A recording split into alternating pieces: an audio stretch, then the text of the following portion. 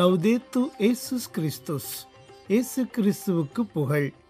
தமிழ் கூறும் நல்லுலகில் வாழும் அனைத்து அன்புள்ளங்களுக்கும் வத்திக்கான் வானொலியின் வணக்கம். இறைவன் உங்கள் உள்ளத்தையும் இல்லத்தையும் தன் அன்பாலும் அருளாலும் அமைதியாலும் இன்றும் என்றும் நிரப்புவாராக.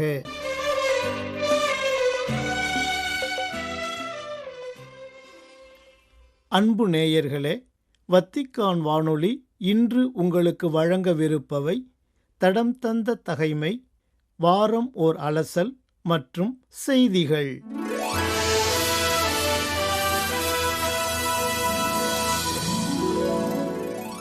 தடம் தந்த தகைமை. மனதில் வலிமை மிகுந்த தாய்.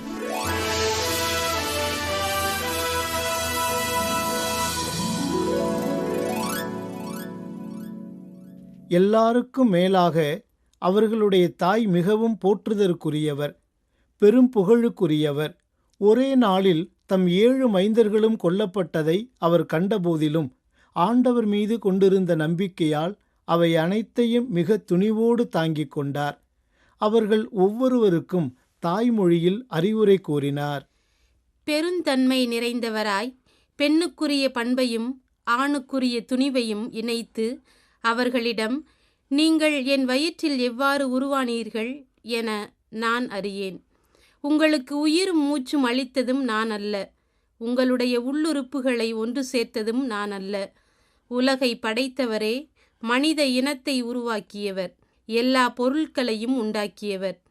அவரே தம் இரக்கத்தினால் உங்களுக்கு உயிரையும் மூச்சையும் மீண்டும் கொடுப்பார். ஏனெனில் அவருடைய சட்டங்களை முன்னிட்டு நீங்கள் இப்போது உங்களையே பொருட்படுத்துவதில்லை என்றார்.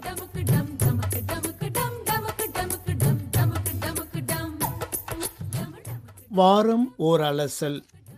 அறிவியல் மற்றும் குழந்தைகள் தினம். குருவி கந்த வானத்துல பட்டிருக்க விரிக்க சொல்லி தரணுமா?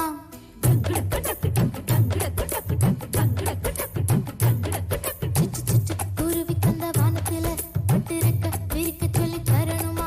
முட்டு விட்டு விரிஞ்சிருக்கும் பூவுக்குள்ள சொட்டும் தேன வண்டுகளுக்கு காட்டணுமா? பறவை போலவே எங்கும் பறக்கும் மனசெல்லாம், ஒரு பறவை போலவே பறக்கும் மனசெல்லாம் பூத்து குலுங்குதே.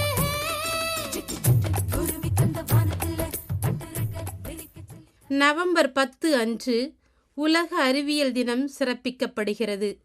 இந்த நாள் அமைதி மற்றும் வளர்ச்சிக்கான அறிவியலின் பங்களிப்பை எடுத்து காட்டுகிறது. அத்துடன் தடுப்பூசிகளின் முக்கியத்துவம் மற்றும் விழிப்புணர்வு குறித்து வலியுறுத்துகிறது. சமூகத்தின் அறிவியலின் பங்களிப்பை எடுத்துரைக்கவும் அறிவியல் சார்ந்த பிரச்சனைகள் குறித்து பரந்த அளவில் பொதுமக்களை ஈடுபடுத்தவும் இந்த நாள் கொண்டாடப்படுகிறது.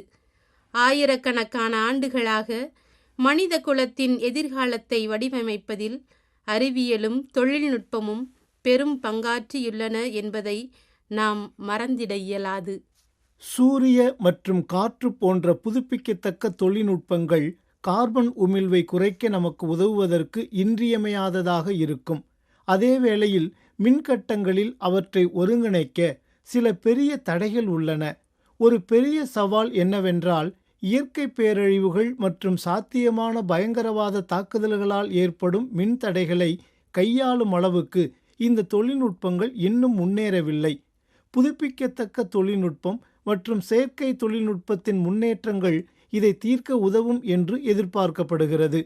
எவ்வாறாயினும் இந்த தொழில்நுட்பங்களை யதார்த்தமாக பொதுமக்கள் அவற்றின் முக்கியத்துவத்தை பற்றி அதிகம் அறிந்திருக்க வேண்டும். புதுப்பிக்கத்தக்க மற்றும் பிற முக்கிய தொழில்நுட்பங்களின் முக்கியத்துவம் பற்றி விழிப்புணர்வை ஏற்படுத்த வேண்டும். உலக அறிவியல் தினம் 5 முக்கிய இலக்குகளை கொண்டுள்ளது. 1. அமைதியான மற்றும் நிலையான சமூகங்களுக்கு அறிவியலின் பங்கு குறித்த பொது விழிப்புணர்வை வலுப்படுத்துதல். 2. நாடுகளுக்கிடையே பகிரப்பட்ட அறிவியலுக்கான தேசிய மற்றும் பன்னாட்டு ஒற்றுமையை ஊக்குவித்தல். 3. சமூகத்தின் நலனுக்காக அறிவியலை பயன்படுத்துவதற்கான தேசிய மற்றும் பன்னாட்டு அர்ப்பணிப்பை புதுப்பித்தல். 4. அறிவியல் எதிர்கொள்ளும் சவால்களுக்கு கவனத்தை ஈர்த்தல் மற்றும் அறிவியல் முயற்சிக்கு ஆதரவை உயர்த்துதல். 5. காலநிலைக்கு தயாரான சமூகங்களை உருவாக்குதல். கோடிக்கணக்கான மக்கள் மற்றும் கிரகத்தின் வாழ்க்கைக்கு காலநிலை மாற்றம் கடுமையான அச்சுறுத்தலாக மாறியுள்ள நிலையில் இந்த ஆண்டு கொண்டாட்டத்தின் முக்கியத்துவத்தை எடுத்துக்காட்டுகிறது.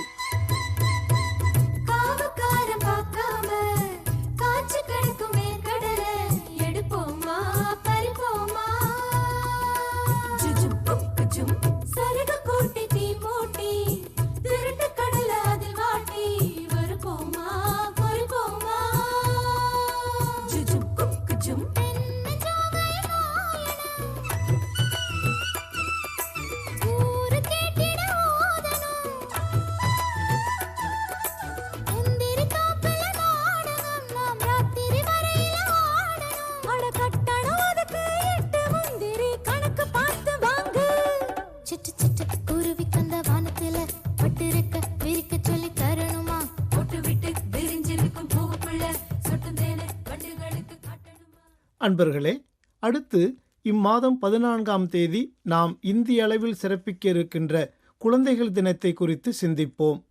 இந்தியாவில் பல முக்கியமான நாட்கள் கொண்டாடப்படுகின்றன. நவம்பர் 14ஆம் தேதி இந்தியாவில் குழந்தைகள் தினம் கொண்டாடப்படுகிறது. குழந்தைகளுக்காக அர்ப்பணிக்கப்பட்ட இந்த நாள் லட்சக்கணக்கான மக்களின் இதயங்களில் ஒரு சிறப்பு இடத்தை பிடித்துள்ளது. இந்திய குழந்தைகளின் அப்பாவித்தனம், ஆற்றல் மற்றும் எதிர்காலத்திற்கு முக்கியத்துவம் கொடுக்க இது ஒரு சிறந்த நாளாகும். நவம்பர் 14 இந்தியா முழுவதும் குழந்தைகள் தினமாக கொண்டாடப்படுகிறது.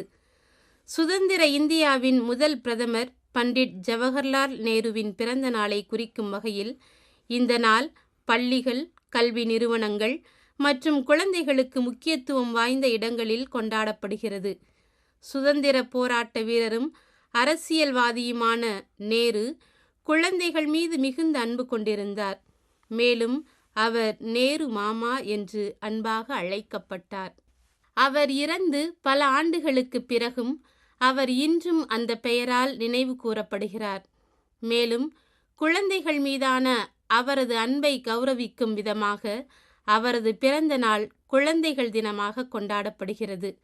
தொடக்கத்தில் ஐக்கிய நாடுகள் சபை வெளியிட்ட அறிக்கையின்படி இந்தியாவில் குழந்தைகள் தினம் நவம்பர் 20 அன்று கொண்டாடப்பட்டது.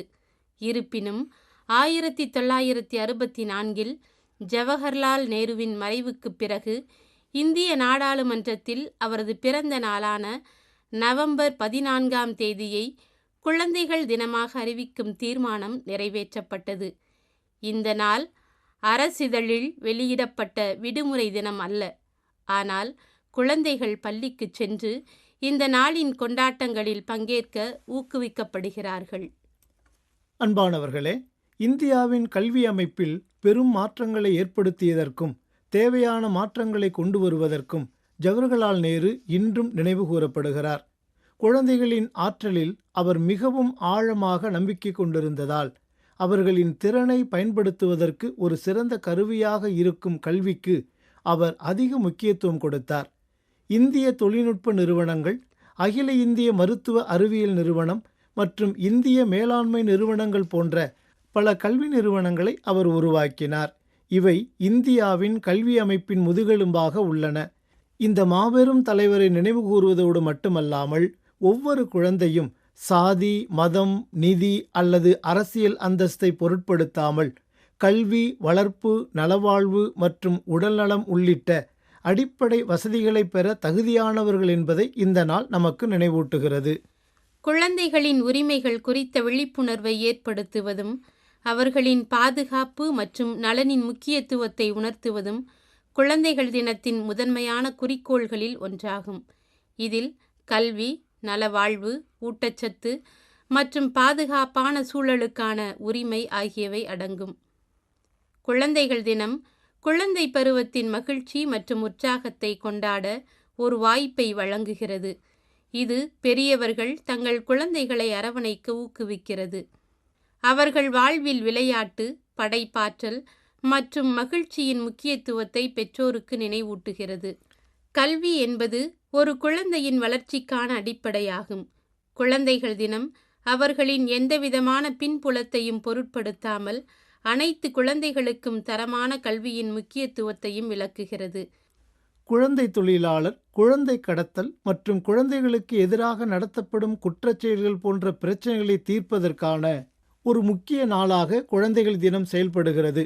சமூகம் அதன் மிகவும் முக்கியமான மற்றும் பாதிக்கப்படக்கூடிய உறுப்பினர்களை பாதுகாக்க நடவடிக்கை எடுக்க நினைவூட்டும் நாளாக இது உள்ளது. 2011ஆம் ஆண்டின் மக்கள் தொகை கணக்கெடுப்பின்படி இந்தியாவில் 5 முதல் 14 வயதுக்கு உட்பட்ட குழந்தை தொழிலாளர்களின் எண்ணிக்கை 1,01,10,000 ஆகும். 2021ஆம் ஆண்டு புள்ளி விவரங்களின்படி இந்தியாவில் 3,30,00,000 குழந்தை தொழிலாளர்கள் இருப்பதாக மதிப்பிடப்பட்டுள்ளது. இதில் 80 விழுக்காட்டினர் கிராமப்புறங்களில் வாழ்கின்றனர்.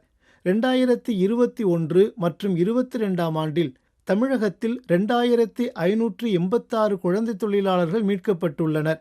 இந்திய அளவில் அதிக குழந்தை தொழிலாளர்கள் மீட்கப்பட்ட மாநிலங்களில் தமிழகம் 2வது இடத்தில் உள்ளது. கொரோனா தொற்று பரவல் காரணமாக இந்தியாவில் கடந்த 2020ஆம் ஆண்டு மார்ச் மாதம் ஊரடங்கு பிறப்பிக்கப்பட்டது. இதன் காரணமாக நாடு முழுவதும் பள்ளிகள், கல்லூரிகள் உள்ளிட்ட அனைத்து கல்வி நிறுவனங்களும் மூடப்பட்டன. இதனால் பின்தங்கிய நிலையில் உள்ள குழந்தைகள் மற்றும் மாணவர்கள் தங்களின் கல்வியை தொடர முடியாத நிலை ஏற்பட்டது. குறிப்பாக சாலையோரம் வசிக்கும் குழந்தைகள் மற்றும் பொருளாதாரத்தில் பின்தங்கிய நிலையில் உள்ள குடும்பங்களைச் சேர்ந்த குழந்தைகள் கல்வியை தொடர முடியாத நிலை ஏற்பட்டது. அவர்கள் ஆன்லைன் வகுப்புகளிலும் கலந்து கொள்ள முடியாத நிலையும் ஏற்பட்டது. ஆகவே குழந்தைகள் தினம் குழந்தைகள் மீது பச்சாதாபம் மற்றும் இரக்க கலாச்சாரத்தை ஊக்குவிக்கிறது என்பதையும், நமது நாட்டின் எதிர்காலம் நமது குழந்தைகளுக்கு நாம் வழங்கும் வளர்ப்பு மற்றும் ஆதரவை பொறுத்தது என்பதையும் உணர்ந்து கொண்டு செயல்படுவோம்.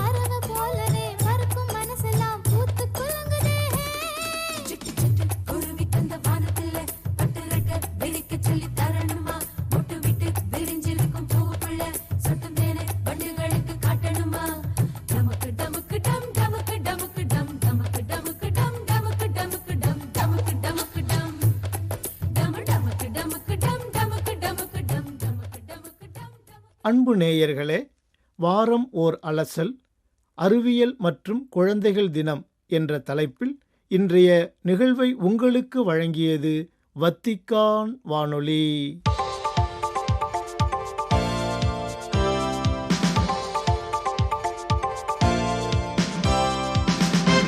செய்திகள். புனித யோவான் லாத்தரன் பெருங்கோவில் நேர்ந்தளிப்பு அனைத்து கிறிஸ்தவர்களும் தங்கள் வாழ்க்கையையும் சமூகங்களையும் உண்மையான அடித்தளமான கிறிஸ்துவின் மீது கட்டி எழுப்ப அழைக்கப்பட்டுள்ளனர் என்பதை நினைவூட்டுகிறது என்றும், விசுவாசம், பணிவு மற்றும் அன்பின் வழியாக திரு அவையின் வழிபாட்டு முறையின் அழகு மற்றும் ஒன்றிப்பில் முழுமையாக வெளிப்படுத்தப்படுகிறது என்றும் கூறினார் திருத்தந்தை 14ஆம் லியோ. நவம்பர் 9 இஞ்ஞாயிறன்று புனித லாத்தரன் பெருங்கோவில் நேர்ந்தளிப்பு பெருவிழா சிறப்பிக்கப்பட்ட வேளை ரோமையிலுள்ள இப்பெருங்கோவிலில் தலைமையேற்று நிகழ்த்திய சிறப்பு திருப்பலியில் இவ்வாறு தெரிவித்தார் திருத்தந்தை. புனித லாத்தரன் பெருங்கோவில் அனைத்து கோவில்களின் தாய்க்கோவில் என்று தனது மறைவுரையில் எடுத்துக்காட்டிய திருத்தந்தை அதனின் ஆன்மீக அர்த்தத்தை குறித்தும் தனது மேலான சிந்தனைகளை விசுவாசிகளுடன் பகிர்ந்து கொண்டார். இந்த விழா ஒரு வரலாற்று நிகழ்வை நினைவுகூரும் அதே வேளையில் பேரரசர் கான்ஸ்டன்டைன் மற்றும் திருத்தந்தை முதலாம் சில்வஸ்டரின் மேற்பார்வையின் கீழ் இப்பெருங்கோவில் கட்டப்பட்டது என்றும் இது எல்லாவற்றிற்கு மேலாக உண்மையான திரு அவை என்பது உயிருள்ள கற்களால் ஆனது என்பதை நினைவூட்டுகிறது. அதாவது விசுவாசிகள் தாங்களாகவே மூளைக்கல்லான கிறிஸ்துவின் மீது கட்டப்பட்டுள்ளனர் என்றும் குறிப்பிட்டார். திரு அவையை கட்டுமான தளம் என்று ஒப்பிட்டு காட்டி இது சுறுசுறுப்பான, சில வேளைகளில் கடினமான, ஆனால் பலனளிக்கும் வளர்ச்சியின் இடமாக திகழ்கிறது என்றும் தெரிவித்தார் திருத்தந்தை. இறுதியாக, உண்மையான வழிபாட்டு முறை தெய்வீக அன்பை அதன் எளிமை மற்றும் நல்லிணக்கத்தின் வழியாக வெளிப்படுத்துகிறது என்றும் கடவுளின் வாழும் கோவிலாக திரு அவையை வளர்க்கிறது என்றும் கூறி தனது மறைவுரையை நிறைவு செய்தார் திருத்தந்தை. திருத்தந்தை 14ஆம் லியோ அவர்கள் திருத்தந்தையாக தலைமை பொறுப்பேற்று 6 மாதங்கள் நிறைவடையும் வேளை வத்திக்கான் வானொலியின் செய்தி தொடர்பகம் சிகாகோவிலிருந்து லியோ என்ற தலைப்பில் ஆவணப்படம் ஒன்றை வெளியிட உள்ளது. நவம்பர் 10 திங்கட்கிழமையன்று வெளியிடப்படும் இந்த ஆவணப்படம் ராபர்ட் பிரான்சிஸ் ப்ரோவஸ்ட் என்ற இயற்பெயரை தாங்கியுள்ள திருத்தந்தை 14ஆம் லியோ அவர்களின் சொந்த மண்ணான அமெரிக்காவில் அவரது வாழ்வு, குடும்ப உறவுகள், கல்வி மற்றும் அகுஸ்தினார் துறவற சபை வாழ்வினை குறித்து எடுத்து காட்டுகிறது. இந்த ஆவணப்படம் பெரு நாட்டிலிருந்து லியோ என்ற தலைப்பில் திருத்தந்தையின் பணி வாழ்வு குறித்து கடந்த ஜூன் மாதம் வெளியிடப்பட்ட நிலையில் திருப்பிட தகவல் தொடர்புத்துறை, சிகாகோ மறைமாவட்டம் மற்றும் ESNE எனப்படும் கத்தோலிக்க தொலைக்காட்சி நிறுவனத்துடன் இணைந்து தயாரிக்கப்பட்டுள்ளது. இயேசு எருசலேம் கோவிலை தூய்மைப்படுத்திய நிகழ்வு குறித்த இன்றைய நற்செய்தி நமக்கு கடவுளின் உண்மையான புனித கோவில் என்பது இறந்து உயிர்த்தெழுந்த இயேசு கிறிஸ்துவே என்பதை நினைவூட்டுகிறது என்று கூறினார் திருத்தந்தை 14ஆம் லியோ. நவம்பர் 9 ஞாயிறன்று புனித லாத்தரன் பெருங்கோவில் நெருந்தளிப்பு பெருவிழா சிறப்பிக்கப்பட்ட வேளை வத்திக்கானின் புனித பேதுரு பெருங்கோவில் வளாகத்தில் கூடியிருந்த பல்வேறு நாடுகளைச் சேர்ந்த எண்ணற்ற திருப்பயணிகளுக்கு வழங்கிய மூவேளை இறைவேண்டல் உரையில் இவ்வாறு கூறிய திருத்தந்தை, இயேசுவே மீட்பின் ஒரே இடைநிலையாளர், ஒரே மீட்பர் என்றும் மொழிந்தார். குறிப்பாக உலகெங்கிலும் உள்ள கிறிஸ்தவர்களின் நம்பிக்கையை வளர்க்கும் அன்னையாக விளங்கும் ரோமை திரு அவையை மையமாக கொண்டு அதன் உறவு, ஒன்றிப்பு மற்றும் ஒற்றுமையின் மறைபொருளை பற்றி தனது சிந்தனைகளை அவர்களுடன் பகிர்ந்து கொண்டார். லாத்தரன் பெருங்கோவில் வரலாற்று ரீதியாகவும் கலை ரீதியாகவும் முக்கியத்துவம் வாய்ந்ததாக இருந்த போதிலும் அப்போஸ்தலர்களால் வழங்கப்பட்ட விசுவாசத்தின் பெரும் வலிமையை குறிக்கிறது என்பதை வலியுறுத்தினார் திருத்தந்தை. கடவுளின் உண்மையான தூய கோவில் என்பது ஒரு இயற்பொருள் சார்ந்த கட்டிடமல்ல, மாறாக அது மீட்பரான இயேசு கிறிஸ்துவே என்றும் அவர் தனது இறப்பு மற்றும் உயிர்த்தெழுதல் வழியாக மனிதகுலத்தை கடவுளுடன் இணைக்கிறார் என்றும் எடுத்துக்காட்டினார். கிறிஸ்தவர்கள் உயிருள்ள கற்களாக திரு அவையின் ஆன்மீக கட்டிடத்தை உருவாக்குகிறார்கள் என்றும் அவர்கள் தங்கள் வாழ்க்கையில் இரக்கம், அமைதி மற்றும் ஆறுதலின் நற்செய்தியை பரப்ப அழைக்கப்படுகிறார்கள் என்றும் சுட்டிக்காட்டினார். போரால் சிதைந்த பகுதிகளில் அமைதிக்காக பாடுபடும் அனைவருக்கும் நன்றியை தெரிவித்துக் கொண்ட அதே வேளை சூப்பர் தைஃபூன் பங்கோங் என்ற புயல் கடுமையாக தாக்கிய பிலிப்பைன்ஸ் நாட்டுக்காகவும் இறைவேண்டல் செய்வதாகவும் கூறினார் திருத்தந்தை 14ஆம் லியோ. நவம்பர் 9 இஞ்ஞாயிறன்று வத்திக்கானின் புனித பேதுரு பெருங்கோவில் வளாகத்தில் கூடியிருந்த விசுவாசிகளுக்கு வழங்கிய மூவேளை இறைவேண்டல் உரைக்கு பிறகு இவ்வாறு தெரிவித்தார் திருத்தந்தை. இந்த புயல் 185 கிலோமீட்டர் வேகத்தில் வீசியதால் 10 லட்சத்திற்கும் மேற்பட்ட மக்கள் வெளியேற்றப்பட்டு பெரும் சேதங்கள் ஏற்பட்டன என்பது குறிப்பிடத்தக்கது. இத்துடன் வத்திக்கான் வானொலியின் தமிழ் ஒலிபரப்பு நிறைவு பெறுகின்றது. வணக்கம். வணக்கம்.